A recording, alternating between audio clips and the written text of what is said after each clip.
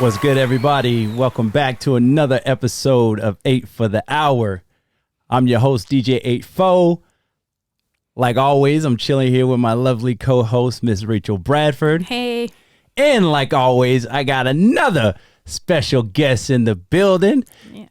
This guy is a good friend of mine. We've been friends for I want to say 5 years? Yeah. Is that right? Somewhere around there? Yeah, it's crazy. Because MJ and them were young. Yeah. But this is my boy. Make some noise for him, Mr. Jared Benavidez. Yeah.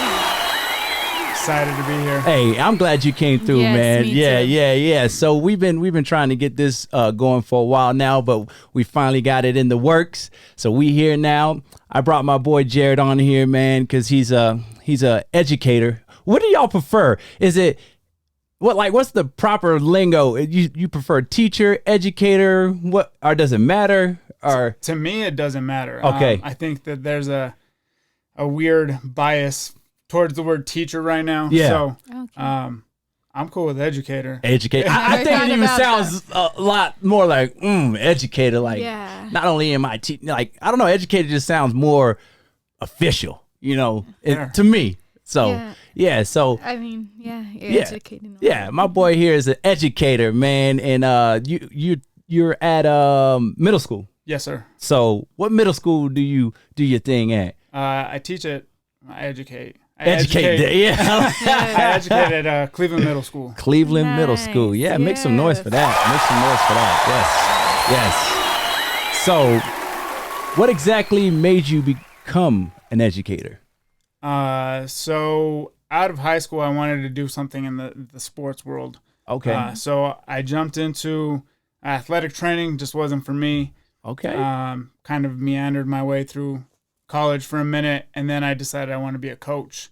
Dope. So Dope. when I talked to my college advisor, they directed me towards education. I did my student teaching in the elementary level, was not cut out for it. Yeah. So I tried my hand at the middle school level, and got a teaching and a coaching gig right out of college, and Dope. never looked back. That's dope, man. Nice. And where did you go to college?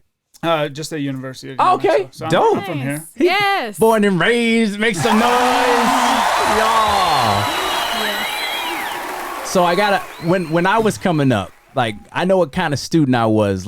I did everything just to get by. That was me. I wasn't an overachiever. I wasn't I gotta get straight A's and all that. And my mom really didn't push that on me too hard. Right. So So as long as I was not failing a class, I was good to go. What kind of student were you coming up, man? So as much as I wanted to be that student, I had zero opportunity to be that student. My parents were on me nonstop. Oh, okay. Yeah. So yeah, you had the strict ones. I had strict ones, and it paid off in the end. For sure. Both my parents, they worked their tails off so that That's what's up. they could put me at private school in high school. Mm. So I went to St. Mike's in middle and high school, and there was really no room for error there either. Yeah, So, yeah. I felt that I was a good student. I Yeah. pushed almost straight A's. I almost That's had a what's 4.0, up. and I Yeah. still was 30th in my class. So And still hooping. You were hooping too. I was. Yeah. I seen your State championship. championship. Yeah. State champs, Yeah, yes. make some noise for 02. that. 02. Let's go. That was your year, That right? was my year. But I wasn't hooping though. Yeah. That'd been dope if we met on the court, but I wasn't hooping. At the Yeah. time I was doing the whole ROTC thing. I was about That's to cool join too, join the military, and that's where I was at with mine. But that's dope, man. Oh, too. I didn't know that. Yeah, 02. That's what's up, And man. I was opposite than you, Mike. My parents didn't care about my grades at all. But I told you, I cried when I got a C. Yo, see, Yeah. see, was a C to just me, a C to me was like I was winning. I was like, well, we need a 2.0 to stay on this team. Right. I got that. Though, that's how I was, Right. personally. And I know we try to push our kids to do better than what we do. So Absolutely. when it's with MJ and he's got the grades that I'm kind of looking at him like, come on, bro. I'm more on him than my mom was to me. Yeah, for her sure. thing was like, just don't fail. Don't fail. And I was like, well, I got that covered. I got C's. Let's go. Let's go, bro. Oh man, yes. I don't want to talk too much, but let's see where we at. We got that one. What do you think, like, something, do you think kids, the whole let them back in school and all that, where do you lie on that during the pandemic? What do you You're think? gonna hit me with a loaded question right off the bat. Oh yeah, I gotta get to it. I gotta get to it, bro. We gotta get big with it, you know? It's so hard. So I think that we're in a weird situation. Like, there's no right answer. So Okay, I like that. like, if we stay remote, half the population is gonna be up in arms, and if we go back in school, half the population is gonna be up in arms. Oh yeah. I think that there's a lot of uncertainty. I think that there is a lot of lack of preparation at all levels, you know, like administrators, school board, teachers, parents, students. Yeah. And, you know, I think our friend Bree, she put a post a couple weeks ago that said, you know, well, if you go back to school, are you even ready to go back to school right now? Or what have you been doing for the last 7 months? Definitely. So personally, I think that if the proper protocols are put in place, we could go back. I think that we could safely bring back clubs and sports easier than we could bring back the masses. Yes, that makes sense. I agree. Because there is something to hold over those kids' heads a little bit. Like, you're going to abide by these protocols. Yeah. And those kids have something to lose if it's taken away. I mean, they've lost plenty already. You know? Yeah. So much already. Yeah. So I think they're willing to follow the protocols a little bit more closely than the masses, the kids that don't participate in things. And they're small groups and they're focus groups. And so I think that if we were able to bring back like the clubs, the sports, bring back the seniors to start and have all the protocols in place and see how that goes. Yeah. I think that you have a group of teachers that are willing to also be back. That makes sense. Yes, that's probably the best part, or like the best thing I've heard about a solution being said. Like you said, I think just prioritizing things first. Like I told Michael, like I think of course the seniors, but do you think we should prioritize those like that don't speak English as a second language? I have like a ton of friends like that I work with, moms. And they literally, I told Mike, they wait till like I come on shift and I could respond to teachers for them, or I could show them how to even open up a Word document. She had no idea how. Is there like help for them right now that they have, or do you think we should prioritize those ones too? Yeah, I mean, there's so many different needs with kids. You know, we talk about like there's that demographic as well, and then there's the mental health issue, which has always been an issue, but people.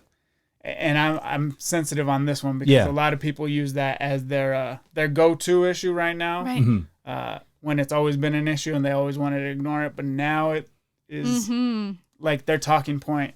So I mean, there's different groups of kids, and I know I'm deferring from your question right now just because I don't really know how to answer it. It's so hard. How do you prioritize one over another? Exactly. Yeah, that's a tough one. I think we got to look at like immediate impact. So like for my own kids, you know, Kane, he's a first grader.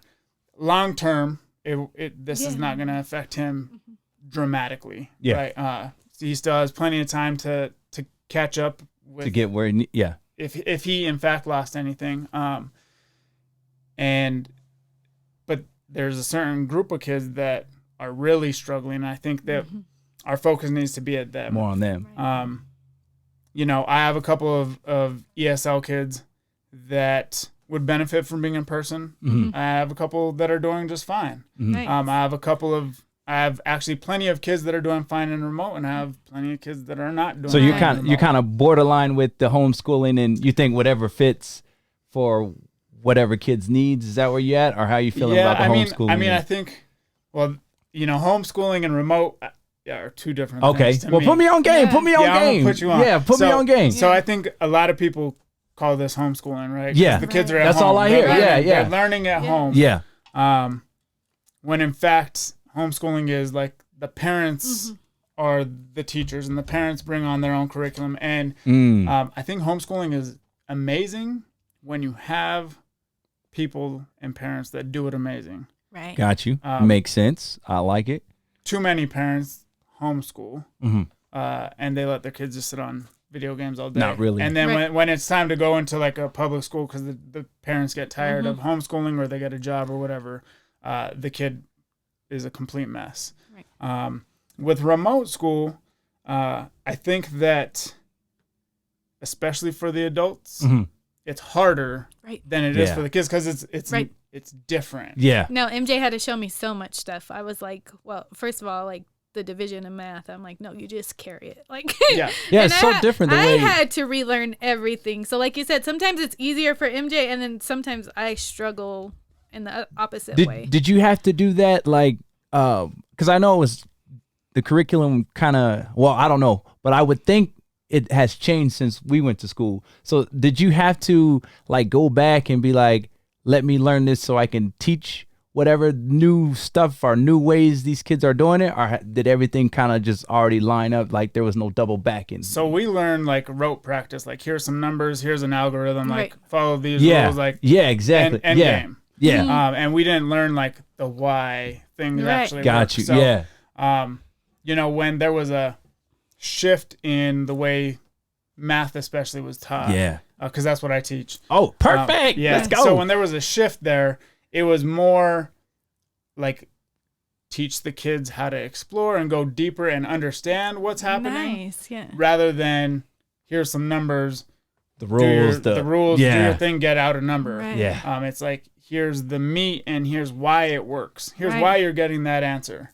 That's dope. And again, I think the adults had a harder time with it because they're like, whoa, this is not how I learn. Yeah, that's like, what are you guys doing? This is different. Yeah, and I don't like it. Yeah. And that's exactly how. But after he taught it to me, I was like, why the heck wasn't I taught this way? It makes sense. It makes sense. It made a lot more sense. But with me, like, I'm not a math guy regardless. Like, that was like my worst subject growing up, math, because I think, like you said, they give you those set of rules and this is how it is. And then when you're not getting that, it's just kind of like, well, why didn't that work for me? You know what I'm saying? So I was always that kind of kid. Like, I didn't do well with the different formulas and the different, okay, well, when this is this, then that, then you have to change your whole formula to it. And it like flips it so many different ways to where I was like, man, you're going to like this new math. Like, I haven't really touched on it. She helps him with all that. Cause I always tell MJ, like, your dad, you know, math's not my forte. Well, we were never taught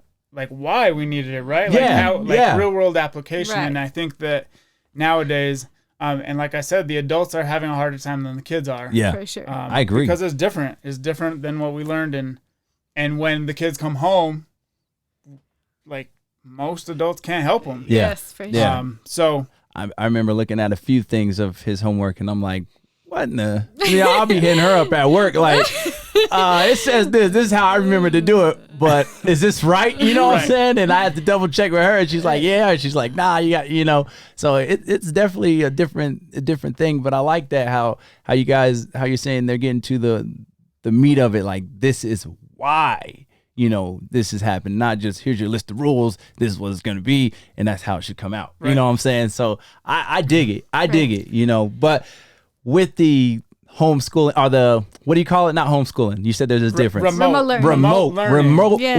With the remote learning, I've always respected educators, like what you guys do. Definitely. Appreciate that. But this has given me a much higher respect, like on a whole nother level. And we just have our one son. One, and his attention span and getting him to sit down and do the work, like that's a task. And for you to have how many kids do you have in your classes at like one time? Like when we're in person or right now? No, like in person, like when you're there, like anywhere from like 20 to 33. See, that's where that respect level just climbs, bro. Just climbs, because I can imagine having to get all 20 something kids on the same page. Like, is that rough or is that become easy? So like same page. Yeah. So we have like the rules and procedures. We want them on the same page there. But as far as like the learning element goes, like they're all on different pages all the time. Man. Okay. Right. Especially math. Yeah. I mean, especially like K through 8. Oh yeah. Because like those kids, like they change every single minute. Like they're changing physically, like everything. They're learning new things. They're learning how to socialize. You know, you hit middle school. Oh yeah, which change all kinds of crazy stuff, right? Yeah, that's for them big changes, like so you said. One day this kid's gonna be an all-star, and the next day they don't even know it's Wednesday. Yeah. Right. So, as an educator, like it's get everyone on the same page, rules and procedures as far as like how to function in the classroom. Yeah. Yeah. But as far as content goes, I mean, it's a crapshoot every day, and that's one of the reasons I love teaching is because it's not monotonous. Right. I never know what I'm getting. Yeah, I might think I know, and I might have a plan, and then 30 seconds into the day, I'm like, that plan's out the window. Like, all right, well, new plan. So this one, definitely, man. But like I said, I respect it. I respect it. Just a little taste we got from this remote learning. Right. I'm like, man, I don't see how they do it. Hey, but I'll be honest, like a lot of kids are environment driven. Okay, right? And so how they act at home is, because it's their comfort spot, right, is way different than what they do at school.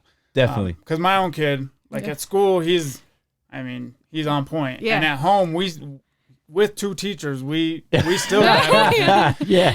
And that's right. Your missus is a teacher too. Mom teaches the same grade he's in, so she knows exactly what he's doing. And it's still a struggle at times. That's what's up. But you're right. They're 2 different personalities. They're willing to. All right, I'm at school now. I gotta, get tightened up a little bit, and rather than. Man, I'm at home. Like, I ain't gotta throw on the laptop. Let me. Especially when you got like an Xbox right there. Oh, yeah. It's a struggle. But, with that being said, with the respect for what you do, and I don't know if this will get you in trouble by answering this question, but do you feel like the pay you guys receive is fair for what you guys have to go through? So I don't feel like I have to go through a lot. Like, okay. As far as salary goes, I mean, I make a decent living. Dope. I've also had to work my tail off. I got my master's degree. Oh yeah. I went and I got nationally board certified, which is a Okay. task in and of itself. Okay, wait, I gotta make some noise for you real quick, man. That's hardcore right there. I appreciate that.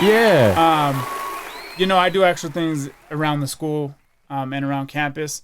I do think that in order to achieve any level of professionalism, like people go through education, and so the people that teach them that are educators. And I think that on a broad level, most educators should get paid more.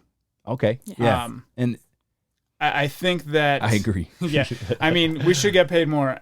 With that being said, like there are levels, at least in ways in New Mexico, to advance your salary. It does take work, just like it would with any other career, and you do have to get like additional credentials and that's all about to ask you. Yeah, you still got more credentials come along with that. Yeah. Okay. But that being said, like you do max out. So like I'm maxed out right now. Okay. So in order to get an additional bump in pay, I would have to then go get an admin license and leave the classroom and go into an administrator role. Oh, okay. Yes. I also think that money in education on a broad scale is wildly misused. We spend a lot of money on curriculums and weird programs. Yeah. Some programs are great. Some are just like, really? We're paying for this?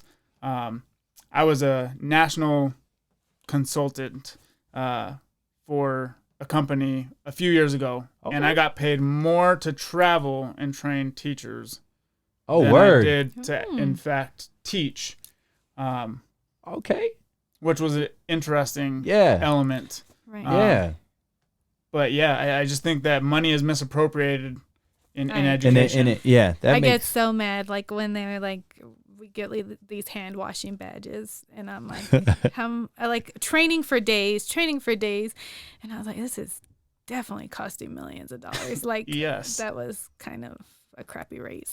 Definitely. Yeah, no, that makes sense. A lot of things you said made a lot of sense, man. I never really sat down and thought about all that, but that's dope, man. I feel like you guys should definitely, I don't know, be paid more. I mean, I wouldn't complain. Yeah, exactly. If it comes, I'm not gonna complain about if it comes to you, I'm gonna send those good vibes your way, because I just feel, every educator out there, yeah, man, hats off to y'all, because just getting one student, what I'm saying, to stay on that task is rough, and you start adding more and more, and then everybody's got different personalities. Everybody's got, like you said, they're up one day, they're down, they're like, nah, not today, and you know what I'm saying. But with that being said, middle school, like you have said, changes. They're going through mad changes. So terrified of it. That is the time where you're kind of like finding your identity, and you're kind of seeing like, where you're at, and how do you relate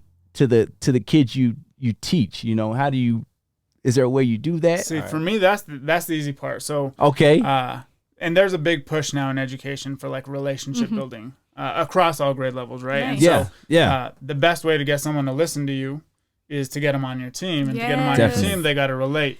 Right. And I feel like that's something I've always been pretty strong at. Yeah.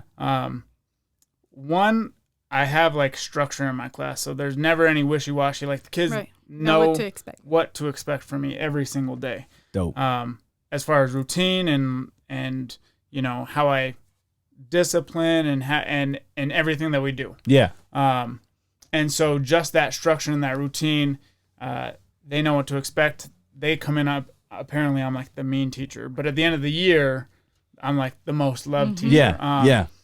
As far as like relating to them, though, I mean, having tattoos, ears pierced, listening you kind of can to the same music. I'm a sneakerhead, so I show up with different kinds of shoes every single day. See, that's dope. Right. We talk about video games because I'm a gamer too. So nice. See, those kids are lucky over there, man. That part is easy for me. Yeah.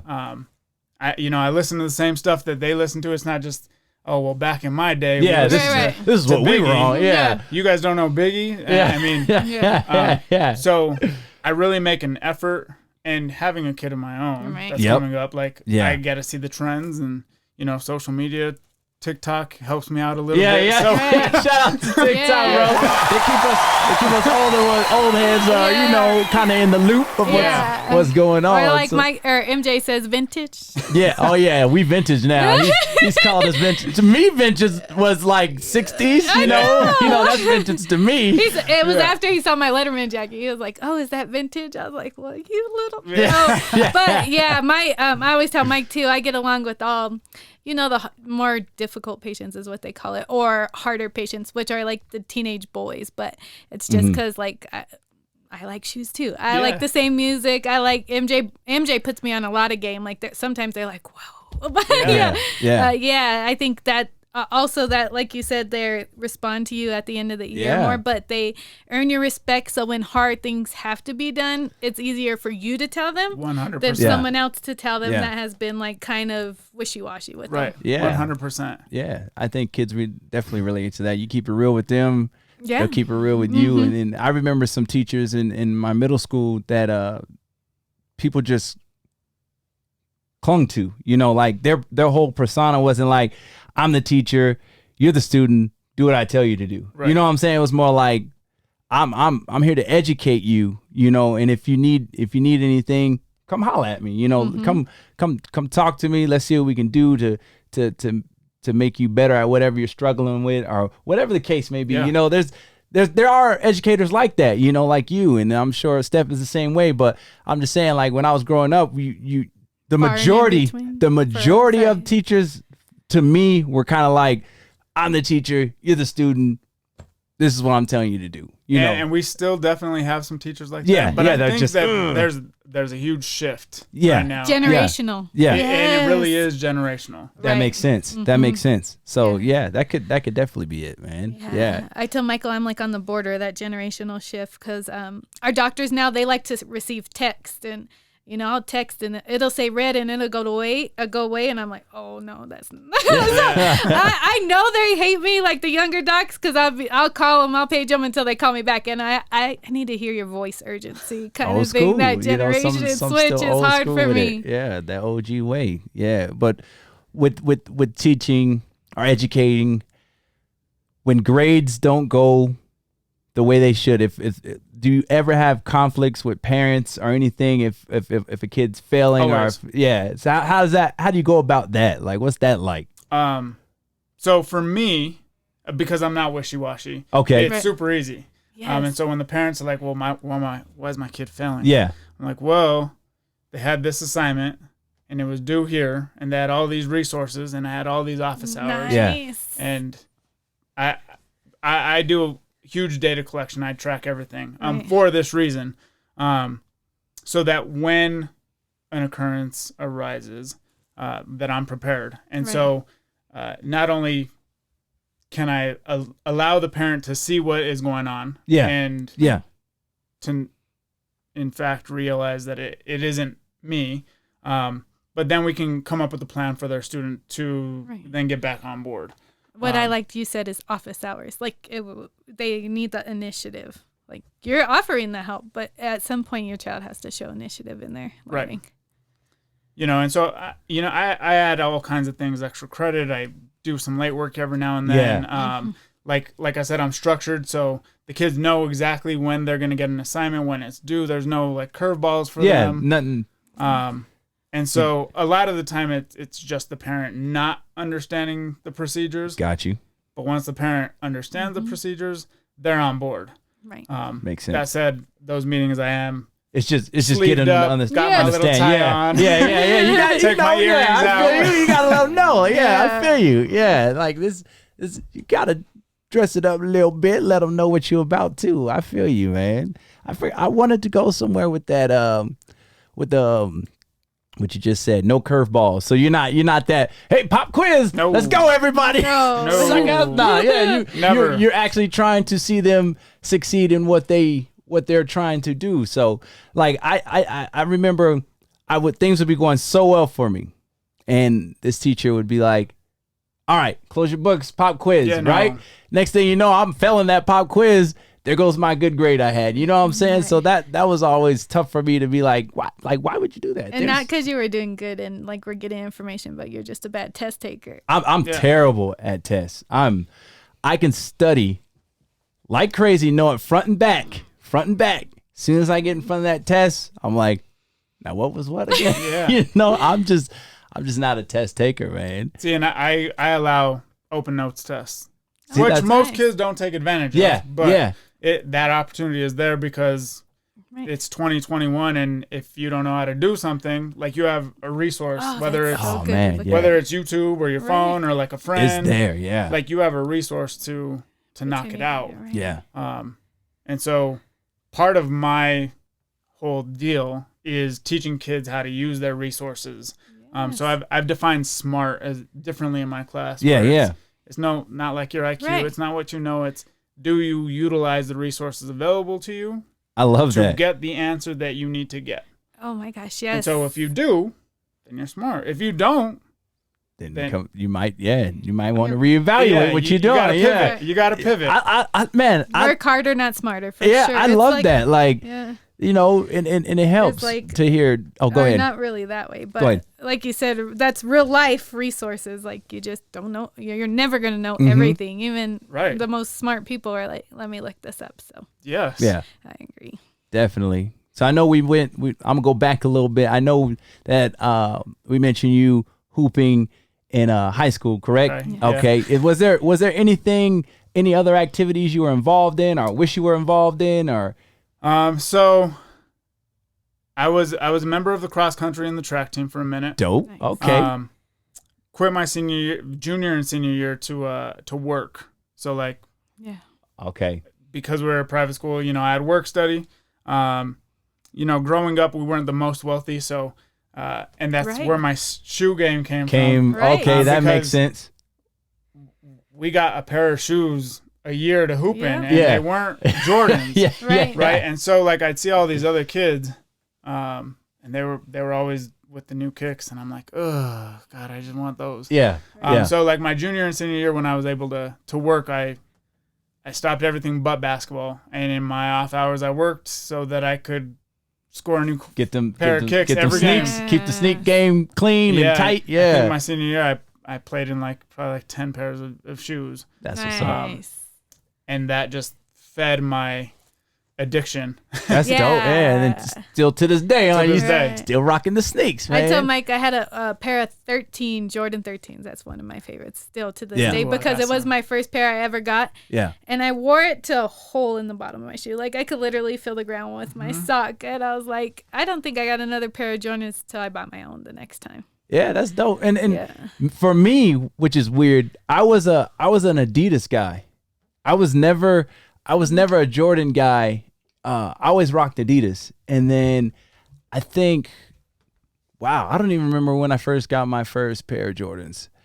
But I was I was in my 20s, definitely. Mm-hmm. I never rocked Jordans. And I bought the first pair, and then I was hooked after that. Yeah. And I was like, I got to have the next one. And I got to have the next one. And I just got addicted that quick in that little amount of time. But I don't know. Oh, I was a Adidas head. I don't even know why. I was just like, give me the 3 stripes. Maybe it was some Run DMC stuff. I don't know what it was, but I was like, I need them 3 stripes, bro. So I was always on that, man. Well, and it's crazy because nowadays, like, kids can rock J's for like $30. Like, it's oh my God, yeah, crazy. Which I mean. And weren't Vans a thing when we were younger, and they were so much cheaper, but they weren't cool? Like I'm like, what? Yeah, now and Champion. I've seen. Champion came back. I've seen everything. Fila made a comeback. I should have kept all those. All those Champions. I tell her that every time. All the snapbacks, all that stuff. I was like, if I just held on to starter it, jackets, would have had a gold mine. I know you had a lot of starter jackets. Starter jackets, man. I had a lot. And I didn't have a favorite team when I was coming up. You had like all of them. I had them all. But you had that Hornets one. I had the Hornets.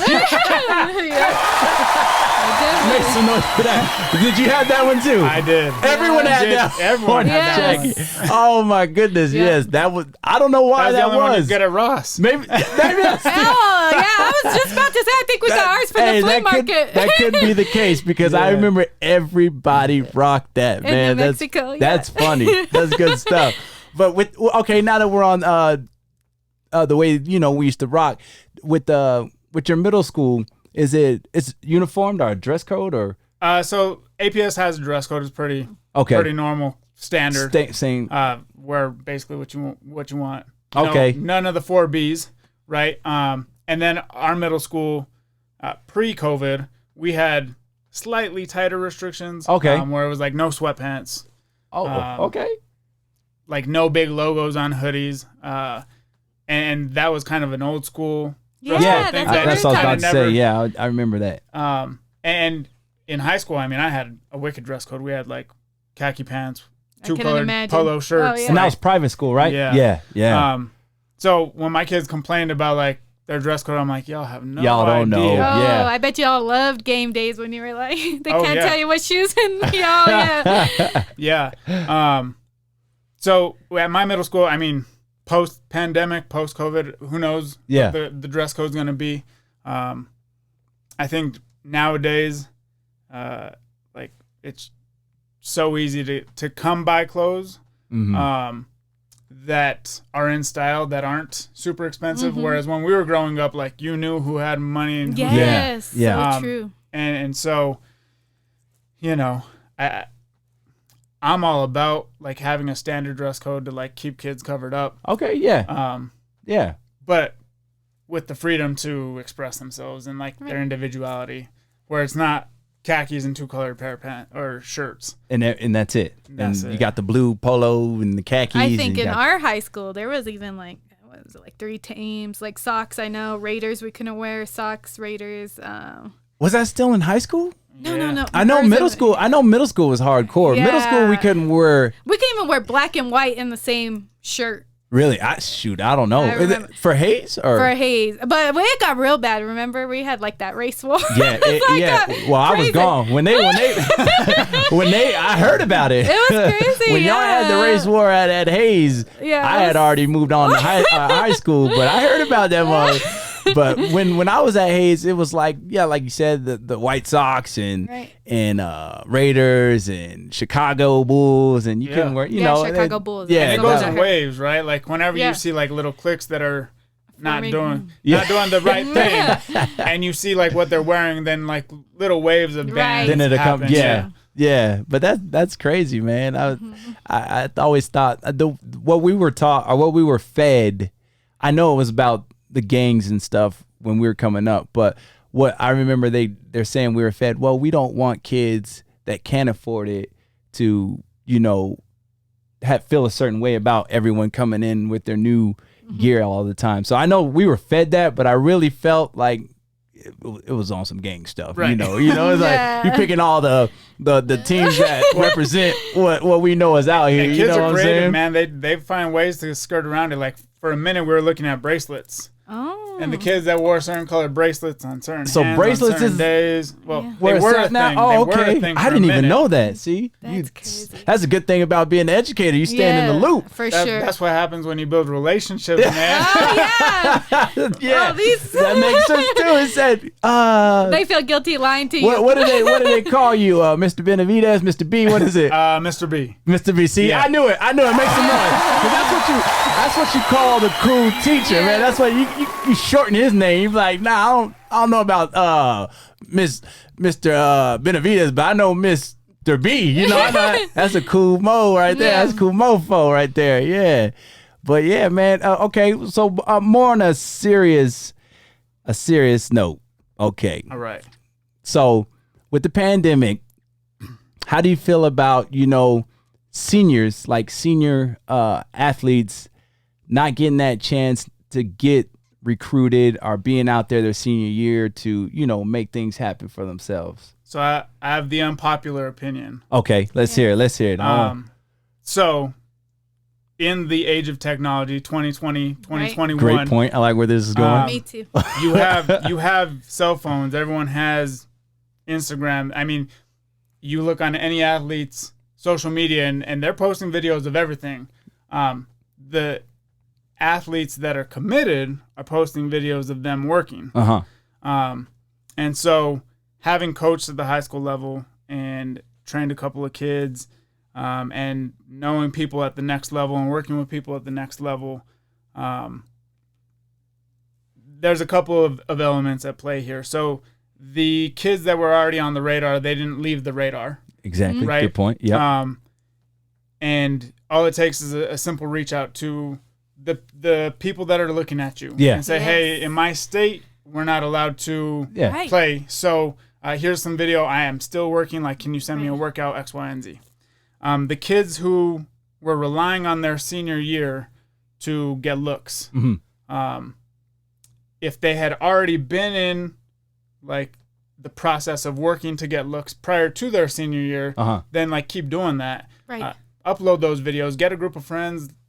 You know, I think we're at like 10 and under now. So get 10 friends, go to the park, mask up. You know, like go work out, film it, post it on your social media, send it to the college. I mean, we were sending video to college coaches pre-COVID. Exactly. So you should still be doing that, and showing like, hey, despite my circumstances, I'm still working. This is where I'm at. I like that. But I think that a lot of kids, and maybe not even the kids, I think it's a lot of the parents. Yes. The parents have these different ideas, and their kid is sitting on the couch with the excuse that, you know, I can't do anything. Yeah. And the parents are complaining about it, where it should be the parents being like, hey, go out. Yes. If the parent was serious about it, like, hey, I'll film you. Right. I mean, my 6-year-old, I film him every single day that he's practicing. We practice a couple times a week. And not to send it out to anybody, but one, for people that aren't able to see him, I post it on social media so that family members can see him play.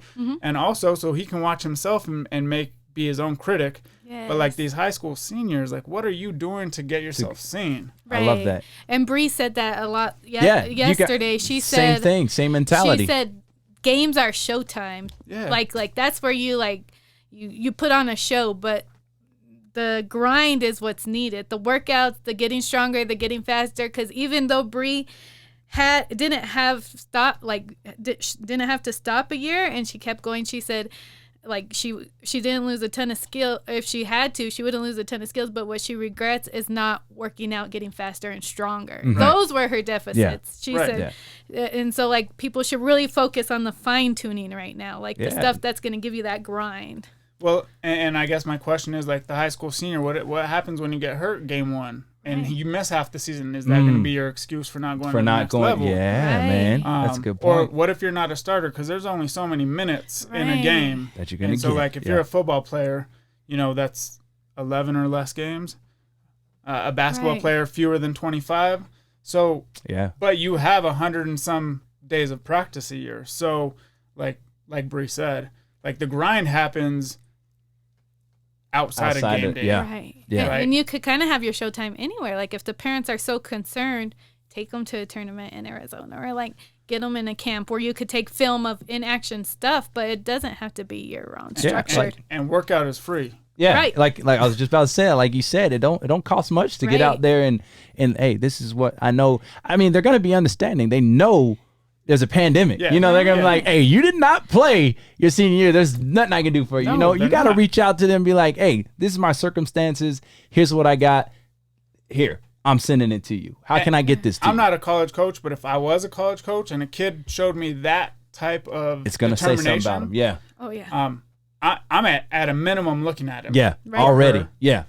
Already, that's a and to have the passion to reach out to him. The passion, the initiative. That shows a lot. That shows a lot right there. You know, you already got that coach's attention just by doing that. You're like, oh, okay, this kid's actually coming to me. And I have a question for you guys as coaches, because I know a lot of the time, once in a while, MJ will show me like a crazy dunk and like the show part of it, but you're more impressed by like the girl that works out like so crazy, like her workouts are crazy. I'm a big fan of her. I forgot her name, but I follow her on Instagram. But you always show me like, oh, look at this amazing workout. Look how this kid does this workout. Yeah, like so I think they should cater more to that, like. You guys. Well, I'm more into that type of thing. I'm more into that. You know, that's why I did the certification I did, because I'm more into the speed, the quickness, the athleticism of it. You know, I feel you could be taught any fundamental if you put the work in. But I mean, everybody can dribble it down the court, but who's gonna dribble the fastest under control down the court? You know what I'm saying? Who's going to be quicker down? Who can stop on the dime, pull back? Right. You know, we can all do the same movements, but who's going to be quick? The more quicker person, efficient person is going to, you know, win that battle. That's the way I feel. Do you like the same way, Jared? Do you think like you've seen someone? I'm just more in tune with that. Seeing coaching at all the levels and then seeing the littles, I'm on board with Mike. I see so many coaches that are like, let's just get wins and let's just get buckets. Yeah. And they're looking for that kindergarten, first grade, second grade championship, and the kids, they just heave the ball and they have no body control. And so my littles, man, they took a beating because we played in a second grade division. So we're small, we're slow, but my kids had the fundamentals of because we did footwork every day. We did like body control every day. We did balance every day. We learned how to dribble correctly and pass correctly and shoot correctly, and we weren't strong enough to do it all correctly yet, but like the fundamentals you're laying that foundation. And as they get stronger, like it's easier for them to make the minor adjustments. Exactly. Because they have everything else versus I mean, I've coached 8th graders and trying to fix an 8th grader shot or a high schooler shot versus fixing a second grader shot. Second grader is way easier. Yeah. Because they got all that. And I used to get mad at Mike too for that because, you know, I'm not a sports person, but MJ was real small and he could make it good form. He had to be pretty close. But like bad form, he could probably make it with the terrible form from the free throw. And I think as a parent, I would be like, oh man, he puts in all this work and he keeps losing. I'm like, just let him shoot how he wants to shoot. And then now I see how much that's paid off because like consistency wise and like his range wise, so much better. It's a lot more efficient than just heaving it. What I tell MJ is like, anybody can throw the ball up there and hope it goes in. You know what I'm saying? Like I pray it, you know, that, but having the actual fundamental and knowing your shot is going to make the difference. If like Bree had talked about on the last podcast, she said there's like four things those are that you need to adjust your shot. And I feel if you know your shot, if you have put in the touch shots and you put in the time, you know what you need to be doing. You can feel when it's off. You can, next time I need to do this, get under the ball, whatever the case may be, rather than I've been heaving it up there. I don't know. My shot's just broke. How can I fix it? I have no clue because I don't even know where to begin. My foundation wasn't laid. Well, you know what you know. Yeah, right. Exactly. This is all I know. And that's one of my pet peeves about, the younger, the kiddos that play is when I see them trying to shoot 3-pointers and they're giving it all they got to even make it towards the rim. And it drops sometimes, but in my head, I'm like, I just wish they would take the time to, work your way out gradually with your nice form, your nice little touch shot, and then that will come, and there'll be so much of a better shooter that way. And that goes for everything, right? That goes like academically, that goes for like sports, hoop, soccer. I mean, we do that with Kane with soccer too. If you're an artist of some sort, like you can't just jump in and do like dope pieces of art. Like you have to start small. You have to have those fundamental tools. Yeah. For sure. We watch Ink Master all the time. And they just tear apart. That's the show. The kids love that show. You were telling me. Yeah, they love it. But like the judges just tear apart these tattoo artists that don't have just like the fundamental stuff down. They do some dope stuff every once in a while, but like when it comes down to and to them, they're dope. Don't tell me nothing. Like this is what I do. What do you tell me? Now you're fixing like a problem with the ego because they had an ego. They were making so many a hurt spirit, and they're like that could really just change their mentality of the game. Like well, I thought I was good this whole time. I'm not that good. Like make you want to quit and stuff. You're like, man, I give up. You know what I'm saying? And the thing about fundamentals that you both of you guys were saying, like balance and teaching them about their bodies right now. It works so much because like later when Kane does get injuries, he will be able to tell you like a muscle behind my knee. MJ totally knows what muscles and what bones and what strains are, and he's able to verbalize it. So that's good both ways. It helps. Yeah, I like that.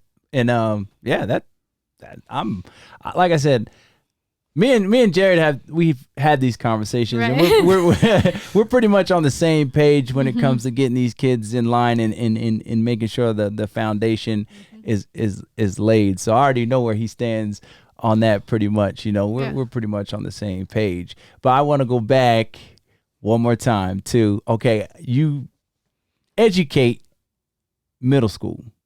Have you ever thought about moving up to high school? I know you coached high school. I did coach high school.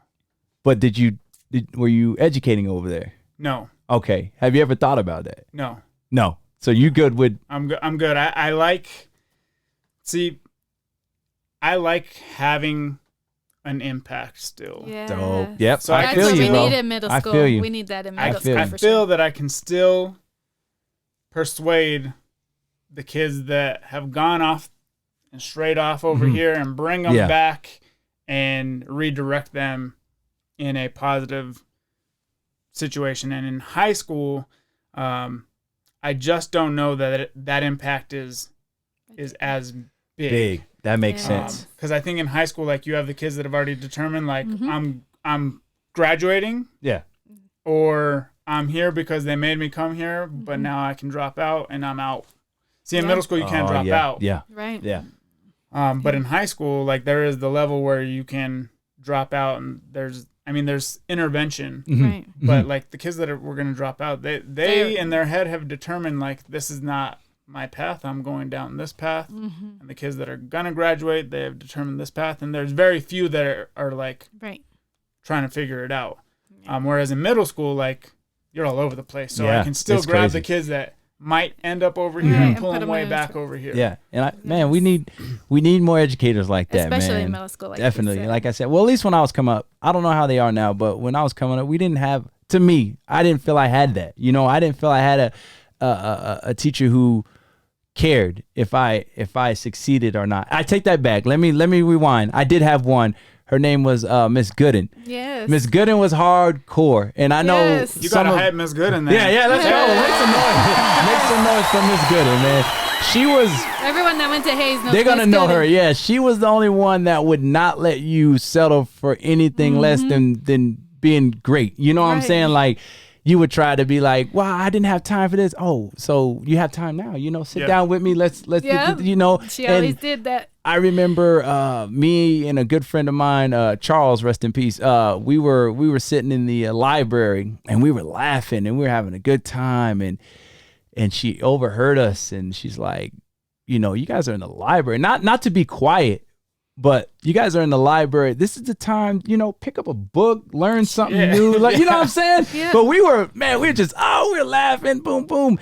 And Miss Gooden used to get deep in her conversation. That's one thing. She would lose me, but I know she meant well, but she would lose me, but she would get so deep and she started saying, "You know, you're here, you know, you're wasting precious time. I know that's your friend, but you guys can do that anywhere else, and you know, grab a book and educate yourself, learn something." She's like, you think this girl over here wants somebody who can't, you know, you know, she would throw the girls at us like, "You think she wants a boy who can't read or can't, you know?" And I'm like, "Well, damn, let me go grab a book." She's like, you know, I was trying to holler, so let me get this. What she think now? I got the book, you know. She would know how to different ways to reach us, you know what I'm saying? You know, instead of being like, I need to reach out to her. I need to find her and have that. She's still running the track at Hayes. Remember we seen her? Man, I hope was Miss Gooden out there? When we went with MJ one time and we're leaving, I was like, I don't remember. I hope it was. She was way older, so I hope if anybody has some information about Miss Gooden, let me know, man. I would like to reach out to her. She was in fantastic health. Like, she looked she was. She was. But Miss Gooden was also known as the teacher that yells and you have to do your work in. And then at the end, everyone's she was favorite. The mean one, but she was the favorite. Right. Yeah. And it's so weird. Like, because she would corner you guys just like that. And she would you put have us on the right spot. Now, but let's go now. And you think she wants somebody who's not educated and blah, blah, blah, and she gets you thinking. You're like, all right, yeah, I'll do that. You know what I'm saying? I don't know, something about her. It stuck out with me. So yeah, let me say that I did have one, but I think, you know, I don't know where the education game at is now, but I know we need more like you, man. I appreciate that. Yeah, definitely 100%. Cause I know if I had a educator like you, bro, I would have had no problem. I knew I had somebody come to and be like, this is what I'm struggling with, man, without feeling intimidated or, oh, they're going to judge me because I'm not as smart as the next student, or, you know what I'm saying? Like, I felt like teachers had their favorites coming up. I think they posted our grades up for everyone to see, They used to post them up right there, and your name is by them, and they'd be like, what happened? I remember that. That's crazy. Yeah, I don't know. It's a little different, you know. In the hallways. Yeah. Yeah, they used to do that. We can't do that no more. See, good. Well, for me, it would have been a good thing. So, I remember kids not showing up to school that day. Now that I'm thinking about it, I was like, I remember this person was always absent. I remember that. But with middle school education, I'm sure there's a lot of bullying going on, or no? Depends on how you define bullying. Yes. It's so hard now. I don't know. What we grew up as bullying it's different. It's not the same. Okay. Put me on game on that. Yeah, I mean, I'm still a little off game on that as well. There's like a book definition of bullying, right? Okay. And so, like if you do something intentionally, repeatedly, that's considered bullying. Okay. And so the big problem now is like the cyberbullying. Like people don't do it to their face. Right. Like I might see you down the hall and I might be like, see what I put on Snapchat. Yeah. And then like you see it and then you get wounded and everyone's making fun of you at that point.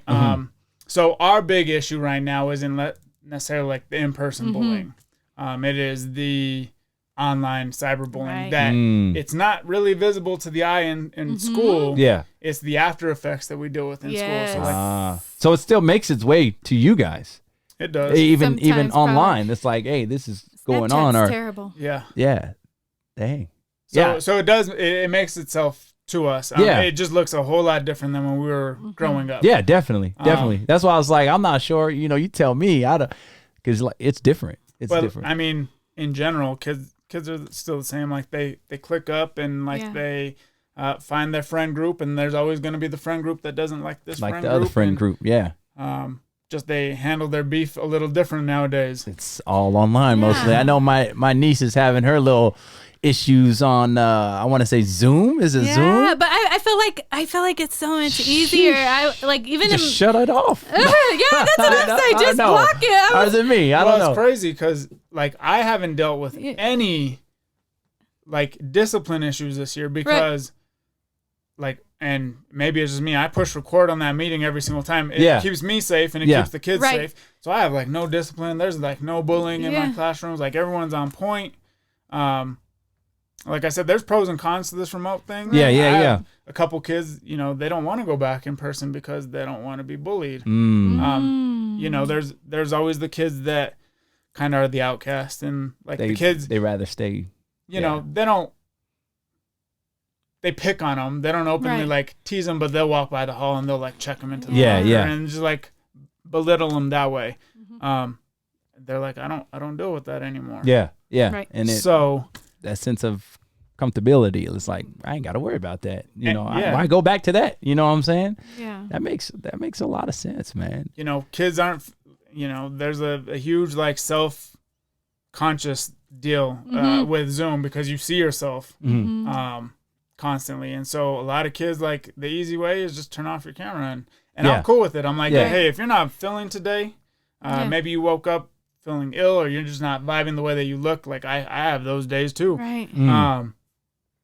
In person, I don't have to see myself every 2 seconds. Yeah. Unfortunately, right now I have to keep my camera on, but I'm like, hey, you just turn that camera off. Just make sure that when I ask a question, you're participating in the chat bar. You come off mute and you tell me. And you But I haven't seen, and of course I'm just like a small little piece of data, but I haven't seen like the Zoom bullying that other people have seen. Yeah. Okay. Again, maybe because of my protocols and procedures, but it's working out, man. Well, something's working if you haven't really. And those Zooms could be crazy. Like I was telling Mike during election, I was like, dang, this is a little fourth grade. He was talking about like, oh yeah, I was like kids, wow, man. They definitely could be some bullying starting to happen soon. You might want to turn off that chat. Definitely, but like you said, you can just turn it off. Now, that's what I said. You know what I'm saying? Like as opposed to the kids dealing with it every day. Like I know when I go through this hallway, I'm meeting such and such. You know what I'm saying? It's like now they can just be like, clock. And bullies want attention. You don't give it to them, they'll probably stop bullying. Exactly. You know, I hung out with the bullies, so I mean I didn't let them bully people, but when they did bully people, I was never bullied. You were a bystander. I was I played it neutral. I said, man, that's not right. I wish these guys wouldn't do that. In your head. But I'm like, it's not me. But it's just like that dude in the middle. Like, I wish y'all wouldn't do that, man. But then I'm like, well, let's go to class. Like, I don't know. I just kind of was that middleman, I was nice to everybody, and I never really, you remember Neil, little Neil. I know a lot of people I know went to school with remember Neil, but man, he was so if you're small, listening, you was cool, and that was everybody's target. Everybody's target was Neil, and I was one of the only dudes that was cool with this guy that would be like, bro, like you cool in my book, and everybody give him a hard time, and I'd be like, nah, bro, you cool, brother, yeah. So the cool thing about kids nowadays is they've gone through so much bully prevention, right, since kindergarten, that you have a lot more that are willing to stand up, even if it's not straight to the bully. Yeah, like they do come to teachers like me and let us know so that then we can take the next necessary steps. But I mean, and again, kids are so much more accepting nowadays in mass. Of course, there's always going to be the kids that aren't. Generational change. But then the adults are. And that goes for like everything, like, the kids of different race or different religion or different sexuality, whatever it may be. Yeah. Kid, like, all these big topics that are happening at the national level, it's the adults that are way more uncomfortable with the change than the kids are. Like, the kids are like, all right, cool. Like, of course, there's going to be the one or two. Yep. But the masses are just like, this is nothing. You guys are talking about nothing. Why does this matter? Why does it matter? Right. Yeah, that's exactly. That Generation Z. I tell Mike, I'm like, shout out Generation Z, but like even like in our, because they be putting their parents on blast, like, oh mom, this is you, like you work here, and getting them fired, and I was like, man, I can't imagine, like even if my like dad or someone said something racist, like I would never get him fired because then that's my house. But these kids, they do not care. Yeah, definitely. These kids be putting their parents on blast. Like, oh, is that how you feel? Record live. Right. You know what I'm saying? And I'm convinced this generation, probably like the early group is probably like 20, all the way to the little kids right now. That's the generation that's gonna make like the big shift. I see it already. Yes. I see it already, man. I just want to be here. You know, hopefully I'm here to see that, man. Because we always talk about that. Like that generation ain't playing around. No, they're tired of like the left and right BS. They're like, can we just all just get stuff done, get it done, exactly, be kind to each other, and that's it. Like I gotta show kudos to our generation too, because I believe we started that, like that whole change and shift in it. Like we're raising these kids, and whatever we took from, I don't know when it started, but I feel like we started that shift in them, and they're just carrying it and taking it to a pretty good gap right now, maybe 40, you think? Because I feel like we're just, like you said, we're the generation that question stuff. Maybe that's what it is. Everyone else just followed. No, this is what they were taught to me. This is what you know what I mean? Like proceed. Now we're like, well, why? Well, maybe that's it. There was somewhere in there where that transition started to take place. Why can't we? Why? And now these kids are not having it. They're like, oh, is that right? Well, let me show everyone how you feel about that. Yeah. So, and this is a little off. This is probably way off topic, off subject, but I want to ask you this because this is funny to me and Eric. Don't say me and you. Okay. I don't know if it's funny to me. Oh, it's funny to me. Okay, you remember the whole Donald Sterling situation where he his wife or girlfriend, whatever, recorded him saying all the stuff about I take care of black people, and then they fired him from the Clippers or whatnot. Yeah. Okay, so we talked about that. I said, me personally, some black folks are gonna get mad at this, but me personally, it didn't bother me. I still rock with Donald Sterling. Let me explain why I rock with Donald Sterling first. Okay, to me, Donald Sterling was having a private conversation with his so-called significant other. He never said, I felt if he was that racist, he never said the N-word. He never said like anything. Different generation is what you were saying. Like you understand, he feels a certain way. I think he's older, so he grew up in a different time, right? So to him saying, I paid them, I feed them, I do this. Yeah, it doesn't sound it doesn't sound right. No, Jared, let me finish, Jared. My black people, rock with me on this one. You ain't revoking my black card. Listen. This dude had a private conversation with his significant other, right? And he said the things he said, not in good context, but if he's having it with somebody, he's thinking between them, does he have to keep it PC? Does he have to keep it PC if it's between them, right? His wording was probably like a little, that sounds a bit racist. You know, you don't, I clothe them in this and that. Why do you have to be seen with them? And I think it was more on him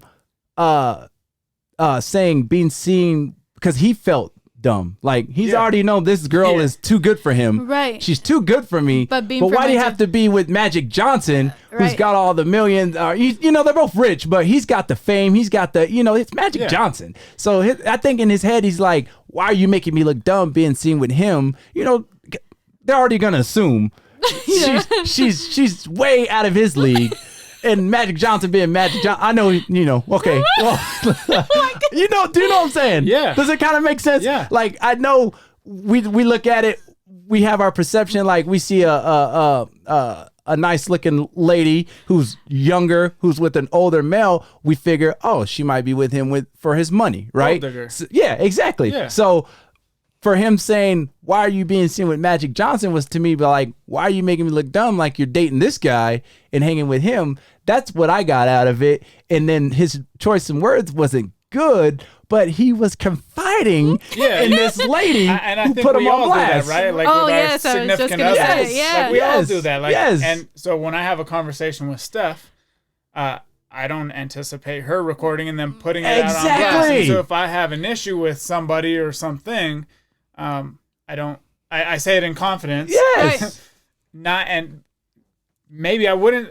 In fact, I wouldn't say it in public because I don't want people to come at my throat. Exactly. There's certain things, right? Yeah, and we all have that. We all have that like bias. We all have that. Exactly. I'm just being real and being human. Yeah, like, no. I understand what he was trying to get at. So therefore, if he had came out and said, "Look, I bathe you, I clothe you, I do this," then I'd be like, "That's racist." You know what I'm saying? But he was in a being in his own closed cornering house or whatever, being in his own comfort of his house, and not to go that far with what they were talking about, and not to blow it out of context.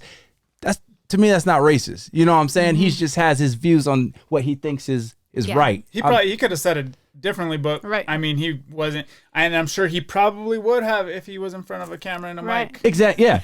It would. Sure. Yeah. It would have went down. I would not be a nurse if you recorded me half the time. I mean, we all, like you said, we're all human. We all have our biases and everything. If you could hit that for me, just in case. I got it. But then we're about 106 in. That's dope. Okay. But you gotta ask. No, it's still going. Yeah. My bad on that.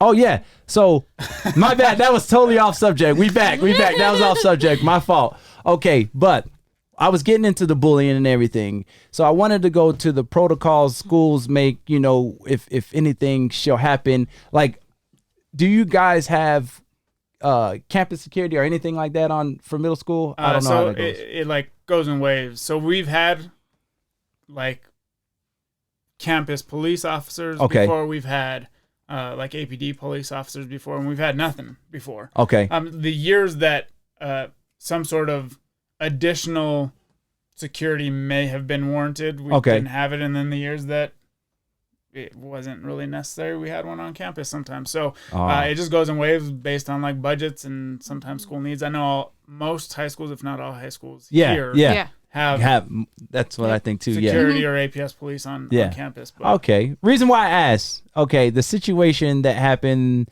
I believe, like a few months ago. A girl was tased by one of the campus, I believe, security officers there, and I seen the video. Have you seen the video? Have you seen the video? It was a high school girl, right? She there was a fight. Yeah, right. Mm-hmm. Yeah, and then I think he was trying to break him up, and then she started to attack him, right? And then he ends up tasing her. And I was just wanting your intake. Oh, I didn't see that one. Yeah, no, you didn't? Mm-hmm. Yeah. I think there was like a takedown and then a tase, something like that. So my whole thing with this was, he probably shouldn't have tased her. I don't feel, but she did attack him. I seen that. She did attack him. But at the point that she was tased, it kind of was like de-escalated at that point in time. But at the same time, this guy is being attacked. So it was kind of like, I was kind of like up and down with it. You know what I'm saying? And I just want to know, your opinions or your thoughts about hearing it now. Yeah, what you think about that. So man. My thought is it's wildly deeper than like what the incident showed. So again, it's the age of the cell phone. Everything is recorded. Mm-hmm. So we all have to be on. I mean, we just talked about Donald Sterling, right? Yeah. So we all got to be on point, especially like in our professions, because we're under the watchful eye of everybody. Mm-hmm. Yeah. I also think that there is stereotype, and maybe it is warranted, that we have against the police. Mm-hmm. And there's stereotypes for everything, right? I mean, we just went through like the whole race war again. Yep. Right. And we're dealing with like the elderly Asians getting attacked right now because it's just crazy. So that people just have these stereotypes, these biases. I think that on a large scale, we do a poor job of teaching kids self-care and self-control. Yes. I like that. And so that starts even like at the littles. Like I was just talking with Steph today. She's like, man, why don't you open a charter school? And I'm like, it's in my head. Yeah. And part of it is like teaching kids self-care and self-control because, I mean, we get kids that they don't know how to de-escalate themselves. They don't know how to de-stress. They don't know, you know, I think that's part of the issue. The second part of the issue is that, and I know great law enforcement officers, and I'm sure that you all do too. Yeah, definitely. But I think that there is a stereotype and a bias and that we have painted in our heads and the media has painted.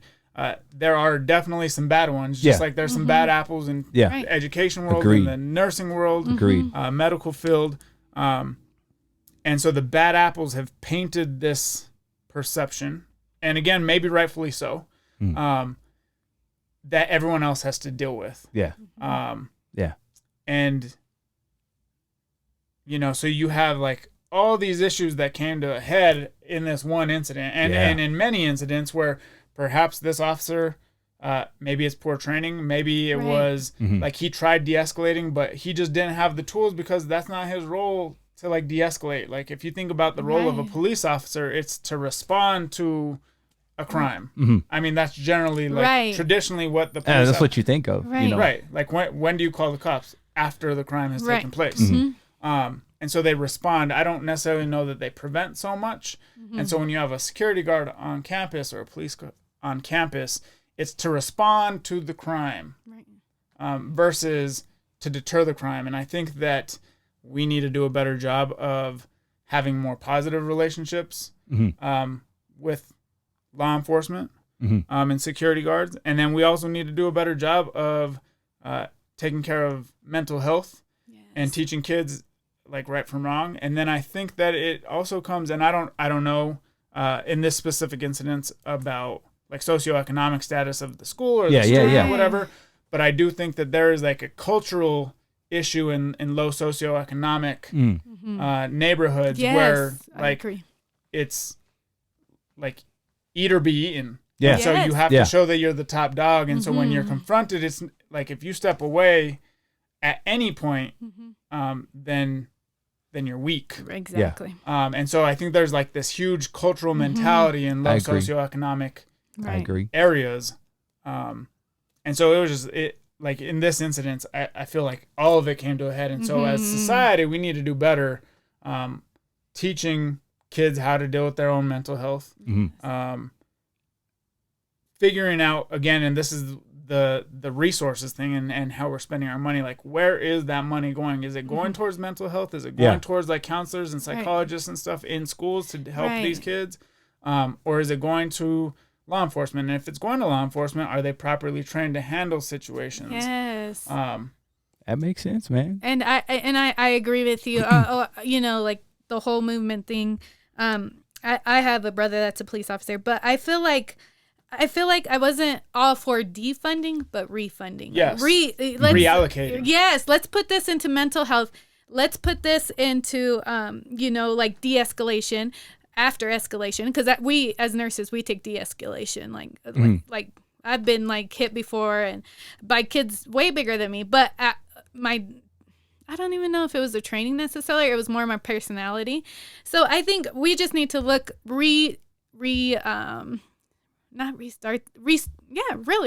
the system. It should be more funding towards training, but also like, can we police our own neighborhoods? Like my brother is like really good at communicating with police, like the people in our neighborhood, because we lived around them, you know, like we know how to interact with these people. A lot of the times police are bad to us. I mean, I remember being in a couple of SWAT situations, like at family members' house, and like, for a long time, police terrified me. Like I just, you know, like it's perception. It's what we grow up with.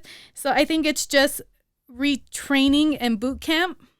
A lot of the times these people have not encountered people like from our neighborhoods, and they don't know how to respond, and they challenge. And even in the nursing field, I see nurses like, I'm gonna do this to you. And it's like, no, you have to know how to speak to these kind of kids, or of course they're gonna get defensive. They haven't had the support system. And another thing you said about teaching kids how to channel energy in their mental health. Oh my God, that's so big. But at a little age, I feel like you could start that with energy. Kids understand energy. When you're mad, what happens? And I do that now. I'm like, me and Mike do that all the time. We tell MJ, control your energy. If it's a positive energy, it's going to attract positive outcomes. If it's a negative energy, you got to learn how to recognize that and just change it. Yeah. It doesn't have to go to positive, but it got to come out of negative. And you hit it, like having positive interactions. Like how many police officers, and probably at no fault of their individual self, right, but as a fault of the system, how many police officers are out in the neighborhood interacting with the members that they police? Like in these schools, how many of these officers sit in their office waiting for a call versus like being out in the hallways and like interacting positively I think with that would these help a lot. And it's again, it boils down to that relationship building. Definitely, right. I agree. But I don't want to cut you off. But I want to save this for another for another episode. And if you would come back, that would be dope. Yeah, I would love. Yeah, I would love to hear more. Yes, I just want to save this because it's getting really good, and I want to hear it, and I want to give my input on it too. But we're running out of time, and this is getting really good. So. Man, well, with that said, I want to thank you for coming, bro. Jared. For real, that was awesome. Me, yeah, make some noise for my boy, Jared, man. Appreciate you, bro. Yeah, man, it was dope, man. I wish we had more time to get more into that, but I appreciate you, man. Thank you for coming. Thank you, as always, Rachel Bradford in the building. Yeah, I love what you guys are doing here. Thank you, man. And with that being said, we out of here. Yeah. Hey.